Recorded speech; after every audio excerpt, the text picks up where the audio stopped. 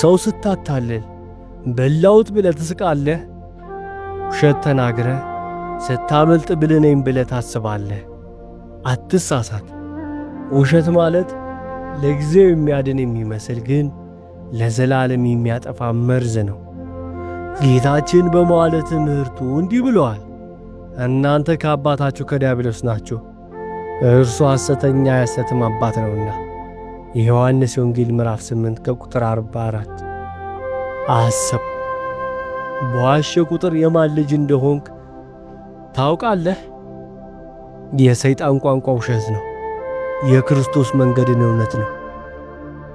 ዛሬ ሰውን ለማስደሰት ትዋሻለህ፣ ጥቅም ለማግኘት ትምላለህ፣ ራስን ትልቅ አድርገህ ለመታየት የሌለህን ታወራለህ።